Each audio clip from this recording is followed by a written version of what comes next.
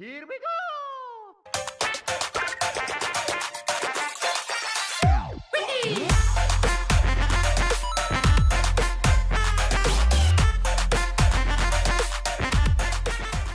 Now, I just hit record the button because we're cool. We are cool. We are cool. Okay, there. I just had to test my voice because it's to see on the tracks. Anyway, how are you doing? Good. Glad we finally got good. episode 2 up now. Ready to go. Well, no, episode 2 isn't up yet. This is episode 2, and if you're hearing this, it's up. I guess that's true, isn't That's it? That's right. So what did you do this weekend?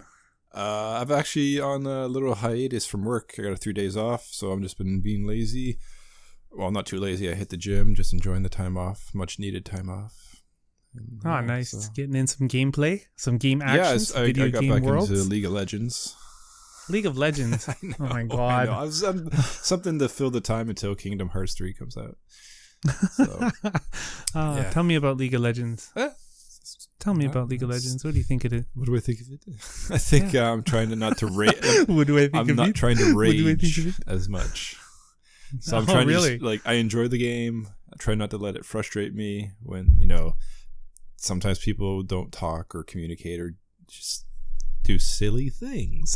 So the thing about that game, though, right? The thing about that game is that there are so many people who play that game who just want to play it, and I'm one of those people. I would never chat or communicate with anybody. I just go in and run around. I mean, I guess that's because I'm a noob. Well, right? I mean, you don't have to be hardcore. Everyone get on a cursed or a street or even on Skype and all talk and you can just play it and not even talk to anyone, but it's a team-based game. So it's let's play a basketball game, but let's never talk to each other before the game, halftime, after the game. Let's just all assume we know everybody knows what to do and not give anybody an advice. Because there are going to be times when someone's better than someone else and they want to give somebody advice, or someone made some mistake, or you hey, watch out, someone's coming for you. If nobody reads chat, then it's it's just a barrier to being more successful.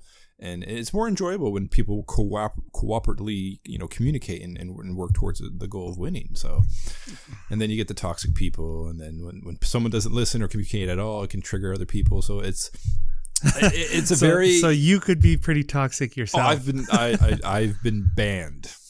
My original account was banned. I got pretty, oh man, what did you do? I got angry. I got toxic. And people kept on reporting me. So I'm going back in it with a new account. I'm just going to be chill, enjoy the game. I'm even I'd rather even just find people and make a perma group that we just all go on and work together. But that's kind of hard to find people schedules and find a group that always plays together. No. So. I mean, and I would totally play with you in that perma group, but it's scheduling time. We got exactly, and we got I got a little one that really dictates my time in terms of gameplay. Exactly, and so I end up with 2 hours a night to do whatever I can. If we're having a hard time just getting 30-45 minutes to do a podcast a week, a game could last up to an hour, and that's just one game. I'm nah. I know, one game. We play one game, and that'd be it. All right, see you next month. We'll play another game. I'm sure we'll improve in between. So do you play, is your goal with League of Legends? Are you trying to play competitively? Well, when you make a new account, you start off at level 0, and you can't start playing ranked games until you get to level 20 or 30, and you level up by just playing games, and you get experience. More if you win, less if you lose, and based on other things. So once I get to the point where I can play ranked games, I'll play ranked games, because eventually, because you're more likely to play against more competitive and better skilled players, which I by no means am I a pro, but I get frustrated when I play with people who don't listen or aren't willing to adapt, learn, have an open mind, and take advice, or people who just aren't on the same level as I am to a point where it's okay, you should know how to do this or that by this point of the game. If you're you know what I mean? You don't want to play on a team and play a basketball game with everyone who doesn't know, and everyone's double dribbling, or you know what I mean? Okay, we're playing a basketball game. You want to play with people who should know the game to a certain point or degree. Otherwise, it just becomes frustrating. You know what I mean? Oh yeah, no, I completely so understand. That's kind of I'm never gonna make it into platinum. I don't, but at the same time, I just want to play enjoyable games where if I lose the game, I don't want to lose the game because the other team was just better than us overall. I don't want to lose a game because one or two people on our team were just messing around, being trolls, or just were really underskilled and they shouldn't be at the level playing with us. So you know what I mean? It becomes frustrating at that point. Well, exactly, and that's how it's always been. You know, like I think any competitive gaming game any competitive gaming game can be like that, where you're relying on others to you know, pick up their own slack or to win. And that's the right? trouble with matchmaking. The hardest thing, any game that makes matchmaking when they do PvP or online, is making matchmaking a fair, try to match people with equal skills, whatever formula the match well, even has. You and I, when we played Halo back in the day, like those were the days. But I remember, you know, like you and I just losing our minds on the people that we would get matched up with in the parties, and we'd end up losing because these guys would just either not communicate or not do anything like that, right? And at the end of the day, too, nothing stopping someone from jumping on someone else's account, and then you get a noob playing on a pro account, or a pro playing on a noob account, or a pro making a new account. He's smurfing, so that can be fun. You know, like you just level. Like right now, I'm leveling up, and I'm like, it's kind of fun because I'm winning like 99% of the games, and I'm playing support character. So you're not supposed to get a lot of kills or really be, you know, anything too crazy. But I'm like carrying the team sometimes as a support character just because everyone is so like underskilled compared to me. So right now it's just kind of like breezing through the game. Wait until I get higher level where I get a little bit more competitive people. So and for you, does that mean like, so I don't know how much time you have to play. So I'm just wondering, like, is that something that you would like carry on with, or is this just something to bide your time until Kingdom Hearts 3 comes out? Because you know, League of Legends has like one of the biggest esports leagues in all of gaming. Like it's huge. I mean it's probably that. I don't know for sure, but it's at least in the top 3, because there's like StarCraft. Wow. There's and of course Fortnite, it's China, right? You got a bunch of stuff going on in China as well. Korea for StarCraft first of all. Yeah, Korea too. Fortnite, StarCraft, League of Legends, and then there's what can't I think of the other one? Overwatch, I'm sure, is up there. Yeah, no, there's a lot of esports leagues for sure, but in terms of like League of Legends is pretty big. I think they even had a documentary on one of the teams that's on Netflix right now that I was watching. There's a lot of shows coming to Netflix in the future. But you know what else is getting it's interesting that we mention Esports League because segue. Farming Simulator. Yeah, nice segue here to a game that I think I can't for the life of me I can't figure out how Farming Simulator can get an esports league. So just recently I was reading about about Farming Simulator and how they're building their esports league around their championship series they had from last year. It was funny because what they were doing was just stacking bales of hay or something like that, and people would go into these championships, and it was big money for this for these stacking bale. Hey, if stacking hay things, but hay doesn't get your heart racing, and the tense, you know, it gets pretty intense. You know, when the tractor brings up that hay bale and it drops it, you know, like, is it gonna stack? Is it gonna tip over? Like that's what games are made of. Well, I think they had to build their farm too in order to get the hay going. But I don't know. I just find it kind of funny because you'd never think. How in the world are they going to build an esports league around a farming simulator? I mean, you have to have some sort. Yeah, of all things, like you're going to have some sort of like. I don't know. Is there like there's got to be? Is there like a ranking system? Like, yo, bro, I'm platinum rank in building farms. No, I don't think so.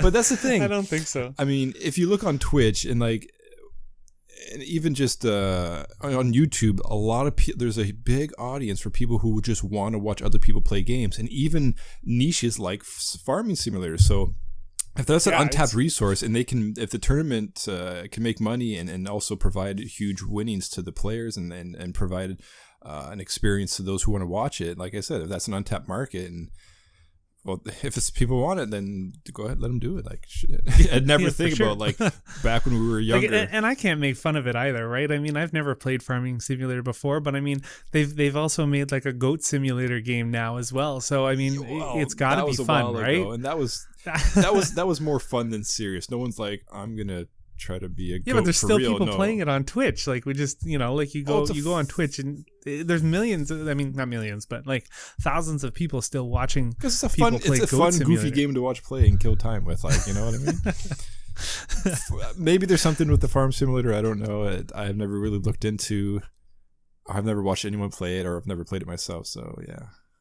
No, neither have I, and that's what I'm saying. Like, so for us to even comment on that, to even know, like how they would put together an esports league, like I have absolutely no idea. But I mean, I guess it's something we can I'll look into a little later just to see how they pulled it together, because it honestly, it interests me. All this esports stuff interests me because for one, I used to play Halo competitively back in the day, right? Like, well, when I say back in the day, it's like 10, 15 years ago. That's back in the day. But yeah, I guess it is. And like I was placed 85th at the MLG tournament when they had MLG going on and everything like that. And I just felt that it was overly competitive in that area at that time. But now it's like exploded. It's gone beyond whatever I was playing in back then. Like back then it was just starting, right? Like, I mean, like you mentioned StarCraft and everything like that. StarCraft was the like definitive experience for esports. And now and people didn't really take it serious back then, right? And nowadays, it's like, I wish I was younger and had a lot more time to play game way back, so that I could, go back and continue and to be like super sports star in these games. Now, given that being said, I would never want to play like Fortnite or anything like that, but I think I'd be pretty good. It's funny. We always see, well, Naomi and I always joke around. We always talk about, we see the numbers 343 all the time, either on our clocks or in the car or someplace or wherever we go. And I keep referring that to 343 Studios, who produces Halo now or whatever. And I keep going, oh, it's 343. Oh, it's 343. It's a sign. I have to get back into Halo. I have to play. I have to go make money. There's a tournament actually in Toronto. Not a tournament, a league in Toronto that this guy hosts all the time. And I'm a member of his group on Facebook. And I would never go. I mean, I'm done playing Halo. But it's just the way that esports is now in everybody's. It's a multi-billion-dollar industry, and how important it is for a lot of people, and especially people that watch it. It's almost as big as the Super Bowl. And hey, Super Bowl's next weekend. Yeah, well, it's good. I mean, it's definitely exploded over the past couple of years, and I'm glad it just opens up more opportunities for more people or more games to become in the esports arena. Like I said, whoever thought Farming Simulator would be there. So I'd be interested in seeing like speedrunning become an esport. Oh yeah, I mean? I'm surprised that crossover hasn't happened yet, because speedrunning has, over let's say in the last 3-4 years, have become a lot bigger. So I'd be interested to see if anyone ever takes those two and tries to combine them, because what's more okay, so you got your competitive games, your first person shooter games, your fighting games like Street Fighter, where people compete in those games. But let's get a tournament with those top speedrunners for different platforming games or any other type of games, like a speed running tournament. Yeah, like they could even just set it up you definitely have the speed runners there. Speed. There's lots of speed runners, so yeah. But then does it go to say, well, like, it's going to be dominated by the top 3 world record holders and like anybody else? No, I don't think so, because I mean, even though you're a top record holder, those guys, there's still RNG. Oh, right? there is RNG, but is always going to mess someone up. Like I've been watching. Well, you introduced me to that Caleb guy, right? Yeah. And I can't even remember his last name, whatever. But you introduced me to that Caleb guy, and some of the games he plays, he can breeze through them, and then like on one day he's like super good, and then on the second day he tries it again and he can't even get past the first boss or anything like that because of The resets. the RNG. The resets. RNG just tanks him. So he loses his mind. He's kind of funny to watch, Yeah. but it's interesting the way they go. And you speak about these tournaments, you know, people could race. I mean, they're already racing now as it is, right? They're racing to compete, like to get the best times. Yeah. You watch two streamers sometimes, and they'll be going head to head to race through a game. Why couldn't they do that in like a tournament setting, right? Where and the fastest guy to get to the end of the game without glitches or with glitches or whatever, you know, takes home the pot. No, I think right? and I think to make it more fair and interesting, there should maybe be like tiers or rankings, like to, you know, so based on your average or your best speedrun time, you'll be placed in a tier, so it's a different tournament bracket. So it's like, so other people have chances to win, because like I said, if you put the top 5 speedrunners in a certain game against 50 other people, those other 50 people are not even going to come close. You don't even know. You don't know. No, I don't know that, but odds are going to be like no. So like, if a guy who's never beat, like, I think brackets and rankings like would be best for that. Maybe, I don't know. So. I don't think I can agree with that, because I mean, even when you're looking at, so I can only draw on Halo because it's the only game I've ever played, right? I mean, you have these top tier players who are constantly competing against one another, right? But every once in a while you get a dude that comes out of nowhere and just destroys them, and right? Someone could do that in speedrunning, but he'd have to be able to do that. Submit a time like, oh, you can play it, so you can go in this tier ranking. Because just like any other sports, there's like major leagues, little leagues, minor leagues, the college leagues versus the national leagues. I think that apply the same kind of thinking maybe towards speedrunning. So, you know what I mean? You can work your way up there, the ladder. Instead of just having one single league. I know what you're talking about. You can't understand? Yeah, like you don't want to throw in the complete noobs in with these amazing So have different rankings, different leagues or different tiers. And so that's like me. So when I sped run Super Mario World, and it took me 4.5 hours. That's not bad. It was your first time speedrun, and it's probably the first time playing that game since you were a kid, right? Yeah, exactly. Yeah. You know what would have made it more funny? If you had like a death counter in the corner every time you died. Ba-ding, ba-ding. Oh, that would have been cool. Maybe I should redo it anyway.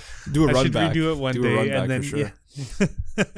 and then I'll put the death counter, because honest to God, I must have had like 100 deaths in that, and I was losing my mind. Seriously, I was getting mad. Because you're trying to go fast, and then you make mistakes, and you get frustrated because you know you could do it if you just went slow, but that's not the name of the game.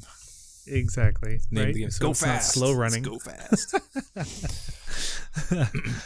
That's some good skill. Why don't we shift what do you call it there? Get swifty. What? Just the swifty. The swifty. What am I talking about? The segue number 2. Yeah, shift focus. Segue sequels never as good as the focus original. is like split focus, but not really, because it's not. Because it's not the same like word. It. So we were talking, I don't know, maybe about 10 minutes ago.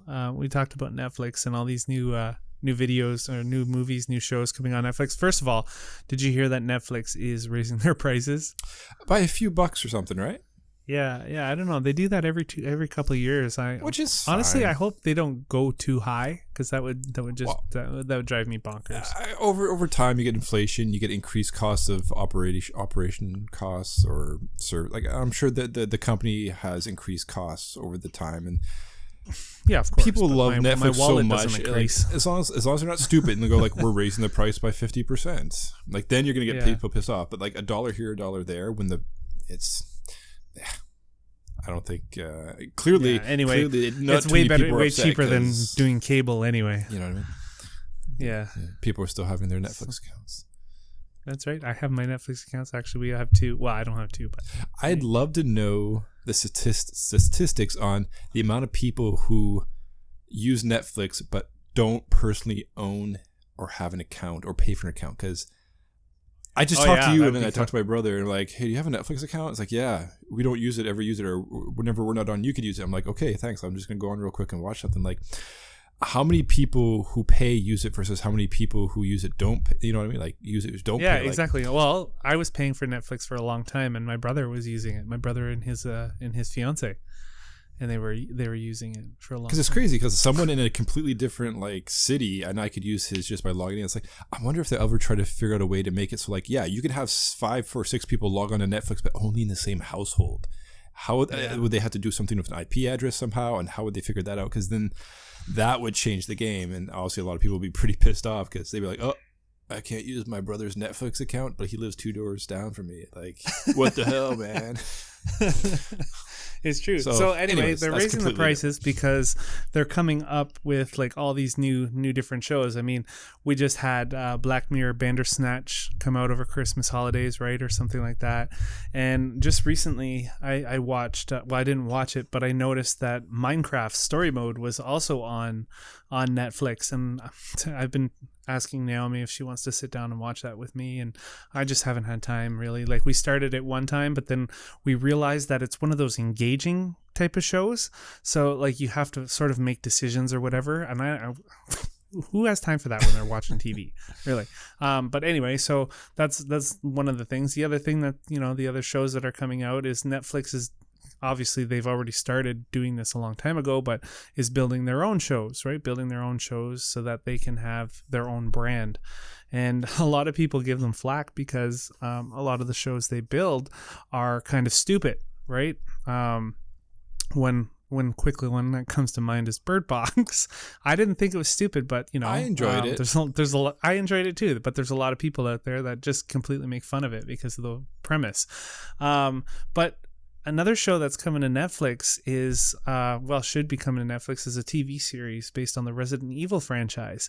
And just want to say one thing is that the Resident Evil movies were so over the top, full of action and everything, that everybody loved them, right? They were such terrible actors in them, except I love Mila Jovovich. It had the Transformers thing going on, where it's like the Transformer movies, everyone, honestly, even if you went and said, like, yeah, they're not good movies, but goddamn, were they fun to watch and entertaining and cool graphics. But like, yeah, exactly. But no, by no means were they like, oh, that's a really good movie. I'll give that a 10 out of 10.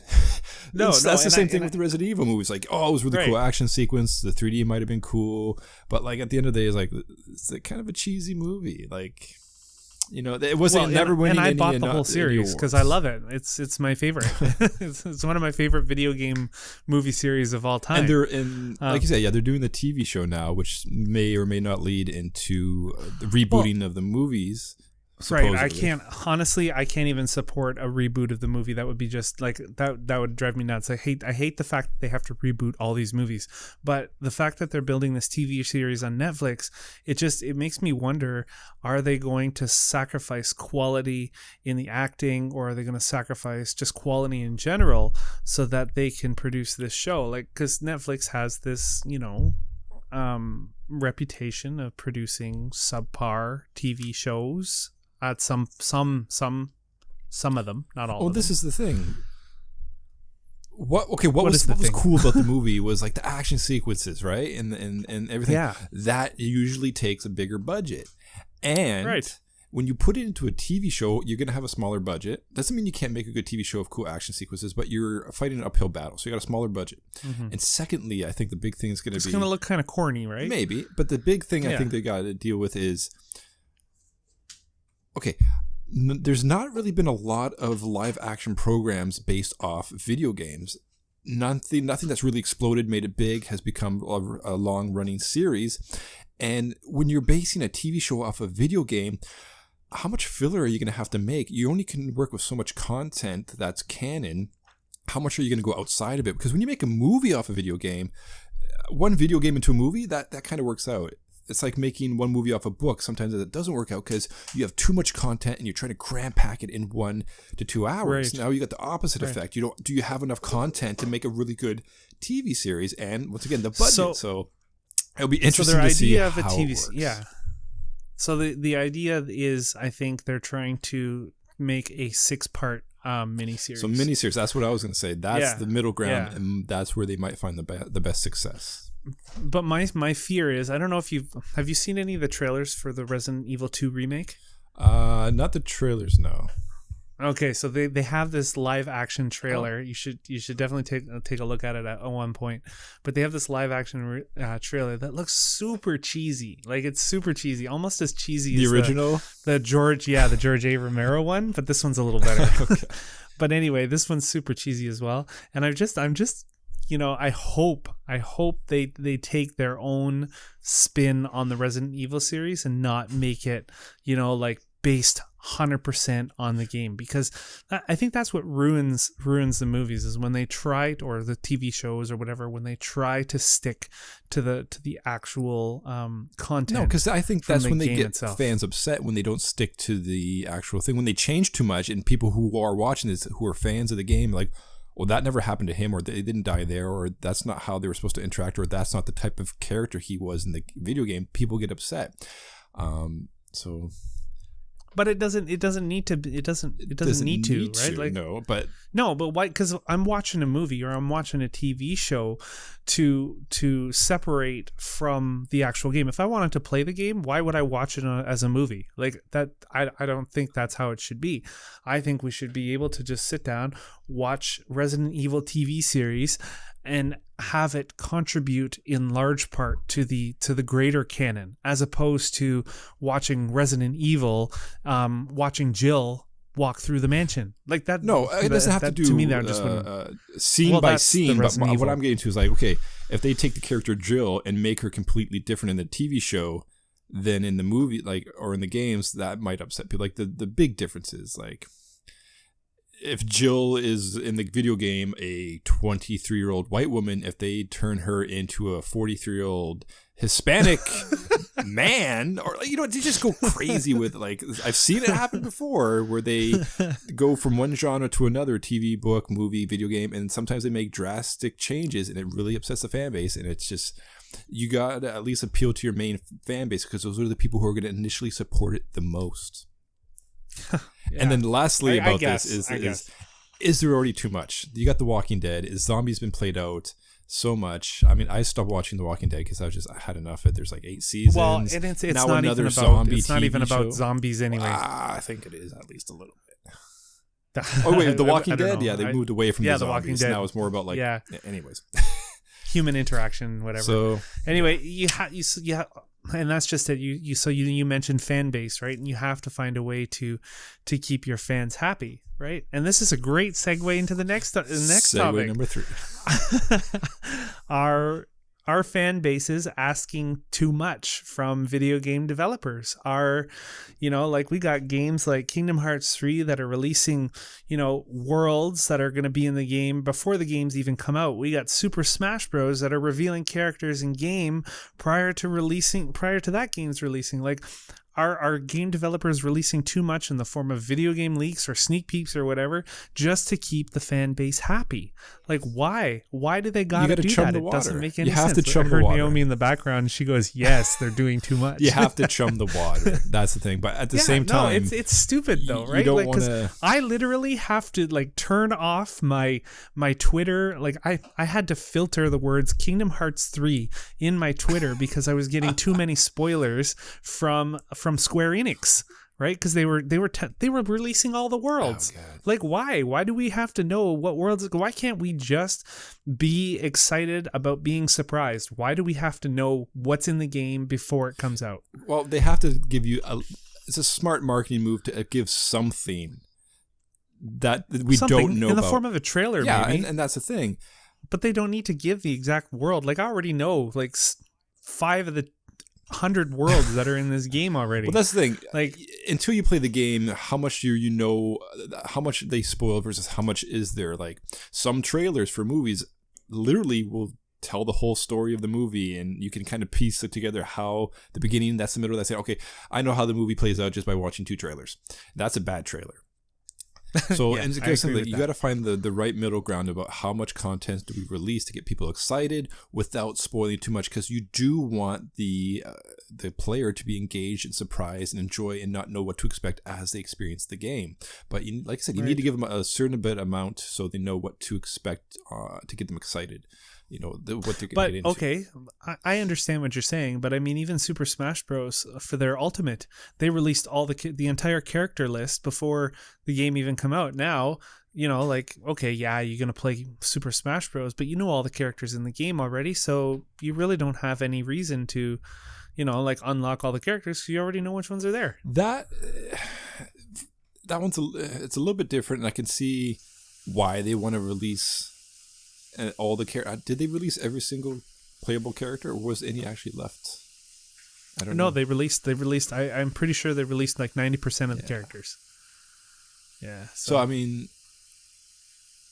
I guess they had to outweigh, like, does releasing any of the secret characters? Do you hear the water in the background? Yeah. they got to figure okay. out what's a better choice. Release these extra secret characters, is that going to pump up and drive sales even more, or do we hold it off and just give them a better experience after the fact? So they're looking at what's going to increase sales.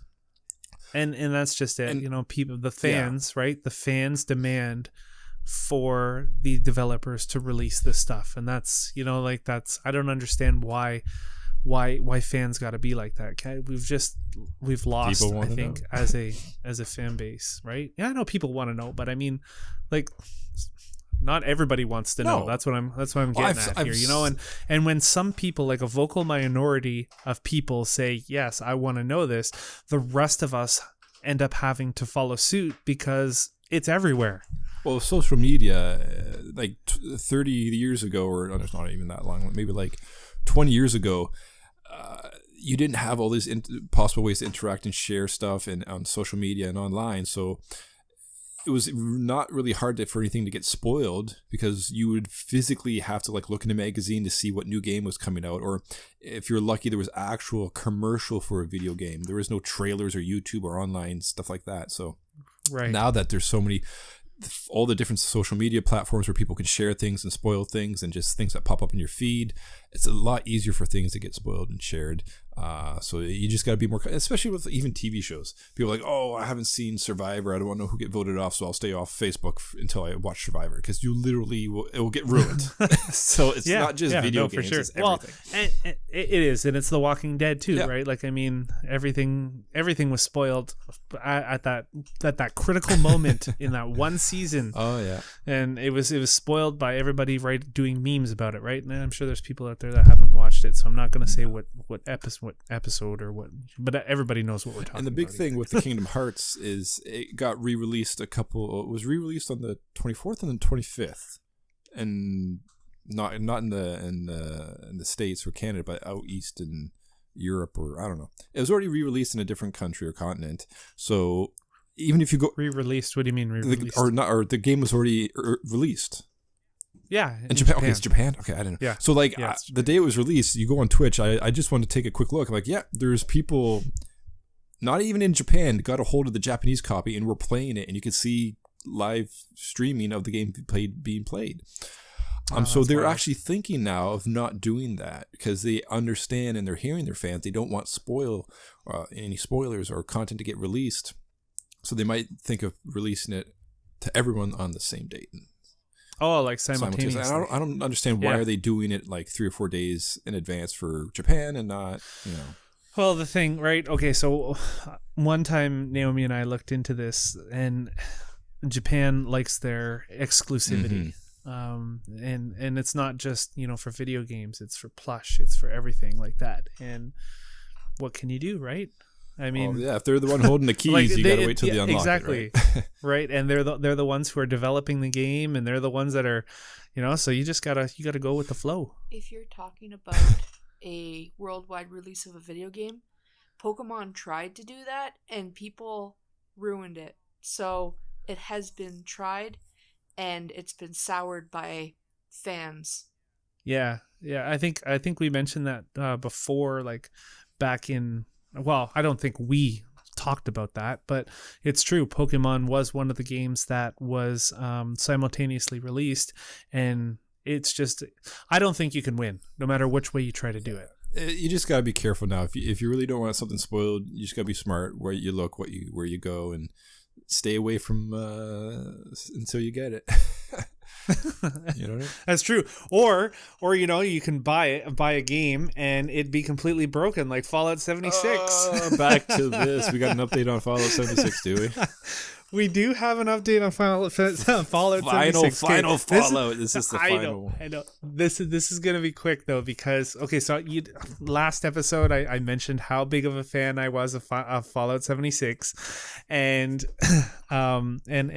I also mentioned that I had to put my game away because of like the controversy that they were going through, what Bethesda was doing with the game and everything like that. But now this is the definitive experience for Fallout 76. In their March update, they are going to include a new PvP mode that's called survival mode. So so what they're going to try and do is turn on PvP mode completely, like just keep it permanently on. You don't need permission to shoot someone. You can just go in and kill someone. Well, you have to pick survival mode.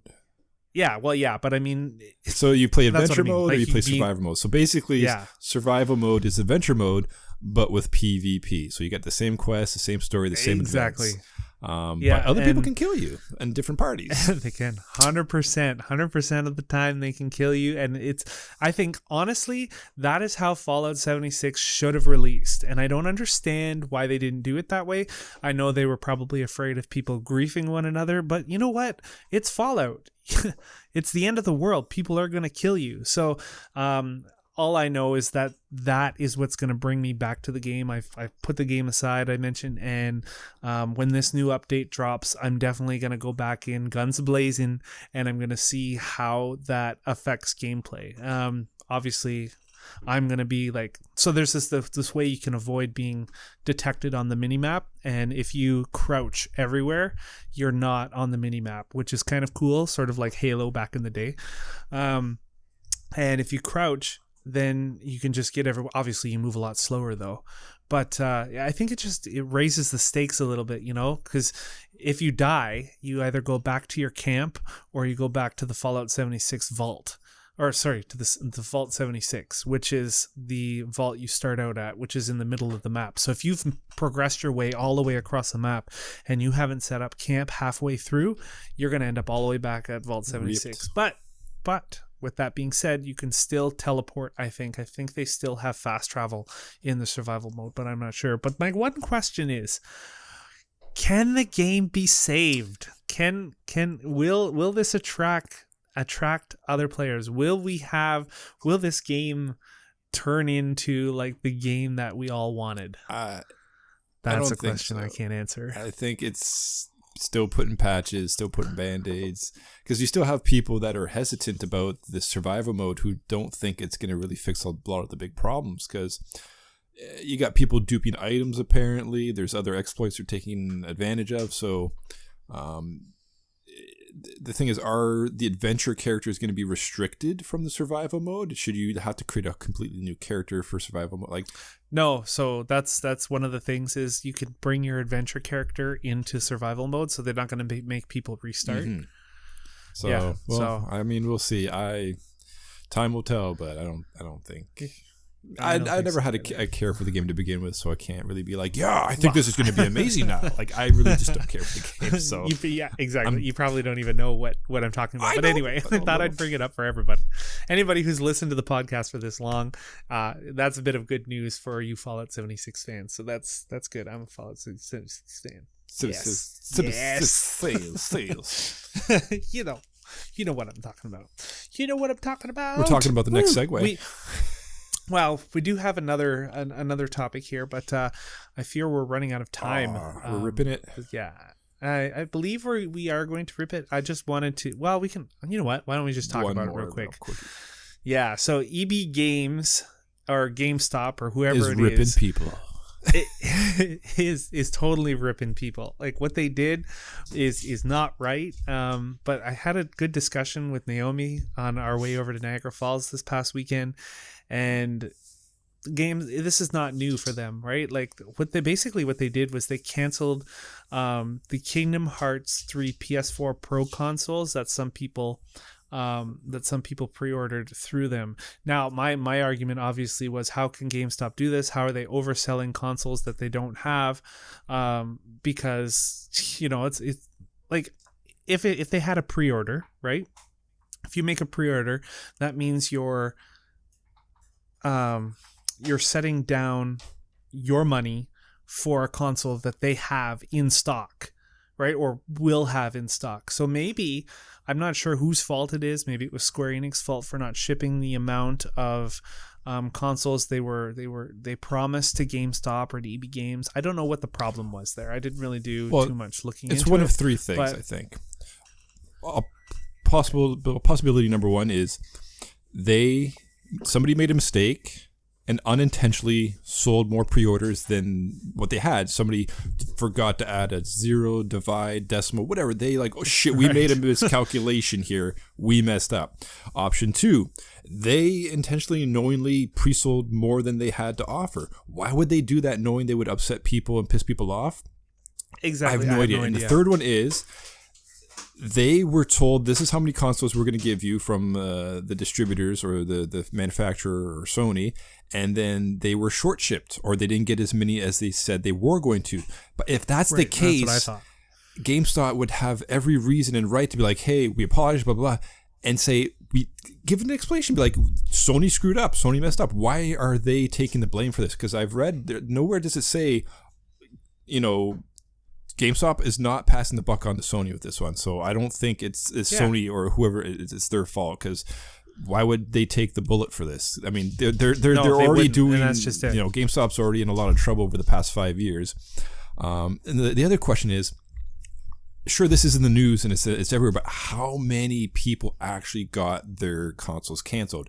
Is it like 200 people, a couple thousand people? Was it maybe just 30 people, but that's all over the media? And you know what I mean? So how many actually got canceled? Because I took a look at the GameStop stock over the past couple of days, and there's nothing crazy going on with the stock. So it's not like, this is huge. People are like super upset. Like, you're pissed off a lot of people, but I'm wondering how many people are actually affected by this. And at the end of the day, it's bad. I read it's not somewhere good. They fucked up. Somebody fucked up. Definitely not good. Yeah, for sure. I read somewhere that that they were honoring the people who pre-ordered in store, honoring their orders, as opposed to the people that were pre-ordering online. So again, that's another step in the wrong direction, right? Like, well, why? The question is like, why favor one over the other? If I'd favor the ones who actually put down money, because I know you can sometimes pre-order things and actually not put down money for it. So that I can see. And that's what I was saying to Naomi. Like, I was gonna, if for us, if we put down the pre-order, she would have been pissed right off for sure. But if I'd have put down, like, if we were to put down a pre-order, we were going to actually sell one of our PS4 consoles and put that as our down payment on the pre-order. I just think pre-orders in general are stupid, but it's the only way you can get some stuff sometimes, right? Like, how else do you get the Kingdom Hearts 3 PS4 Pro console? That was the only way to get it. You can't just walk into a store and get it. There would have been no way to do that. A lot of things. And now because they're doing that, I just took a quick gander on eBay. All the PS4 Pro consoles they're going for like $800 to $1,000 now because of what GameStop did. So the scalpers are eating this supply right and up. demand. They know for sure that a lot of people want it and they're getting canceled orders, so they know for sure there's going to be a lot more supply. I'm not surprised with that. It's crazy. Anyway, before I get too mad, we should probably chill on this. I already got mad over the weekend about this, so I don't want to get mad again. Just be happy Kingdom Hearts gets released in on Tuesday. Tuesday we finally get to enjoy it. Yeah, well, I know Naomi is really stoked about that. Yeah. She's gonna dig her paws right into it, and then just she'll probably beat it within like a week or two. You should have her stream and then. Well, I told. Well, she's thinking about Yeah. streaming it, but the thing is that well, if baby is loud or something like that, I'm sure she can work around it though. She'll have the mute button, Yeah. right? She can always mute out her voice and just continue to stream. So we'll see what happens anyway. She's excited to play. That's all I know. Aren't we all? Yeah. Well, I'm not gonna get a chance to play it. You're just still playing yet 2? because I want. Or you're still playing 1? Well, I'm playing 2. No, I beat 1. I beat Chain of Memories. Frick, that The is best the worst game. Is that the one with the cards? Don't even. That is the one with the cards. I saw some of it those. is terrible. It is bad. You don't like honestly. This is one thing we would agree on. You would never like that game. So then I'm gonna play through the rest of the Kingdom Hearts games before I even touch Kingdom Hearts 3. But I mean that's just me, right? Like I'm gonna take a little while. It's no big deal. I could probably watch this stuff on Twitch or YouTube, and I won't have to play all the games. So I might do it that way because I don't want to play like Dream Drop. Oh, there's like 5 more games you probably have to play. Yeah, so much. It's crazy. Anyway, so before we drag on this too far, I want to thank everybody for listening this week. We had a pretty good audience listening so far last week, so I hope those guys come back and carry on with our good old The Gaming Grid 2P project, whatever podcast that we have right now. You know what? We totally forgot to say who we were in the beginning of the show. So. People know who we are.